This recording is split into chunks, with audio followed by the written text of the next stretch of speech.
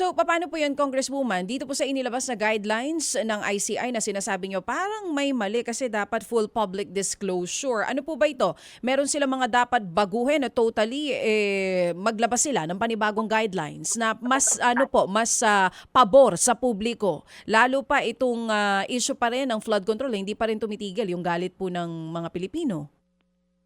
Okay, ang suggestion ko lamang po kung pwedeng mag-issue sila. This is just a suggestion. Of course, we cannot really impose on the ICI. Respetado naman po natin ang ICI. Lalo nang nakikita naman natin na masisipag naman po sila at meron na nga po silang mga naging resulta sa mga referrals nila sa ombudsman despite yung mga limitations nila sa resources, sa manpower, and even sa powers. So, ang suggestion ko lang po kung mag-issue sana po sila ng kanilang supplemental guidelines na magiging mas malinaw at talagang sasabihin nila na ang general rule is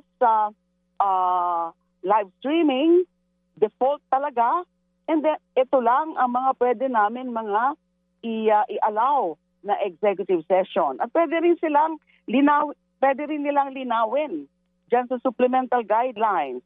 Yung kasi meron naman talagang pwede na hindi kailangan malaman ng publiko o maging open sa publiko. For example, yung internal deliberations mismo ng ICI or internal evaluation mismo ng mga ebidensya bago ito i-forward o i-refer sa ombudsman.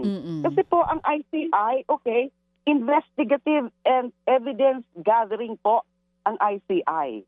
Even if kasama po sa kanilang mandato under EO 94 that they have the authority motu proprio or upon complaint to hear, receive, gather evidence, ay basically evidence gathering sila, hindi talaga strictly korte, so administrative or quasi-judicial. So even if kasama dyan judicial, pero hindi ho dapat maging masyadong stricto kasi wala pa naman dyan mga akusado. Opo.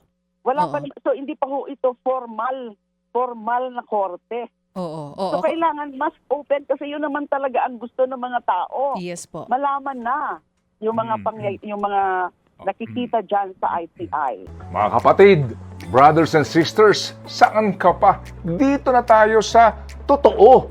Dito na tayo sa True FM. Mga kapatid, mag-subscribe and follow po kayo sa social media accounts ng True Network PH. Yan po kami. Hanapin nyo lang True Network PH, Facebook, Instagram, YouTube, TikTok, and podcast.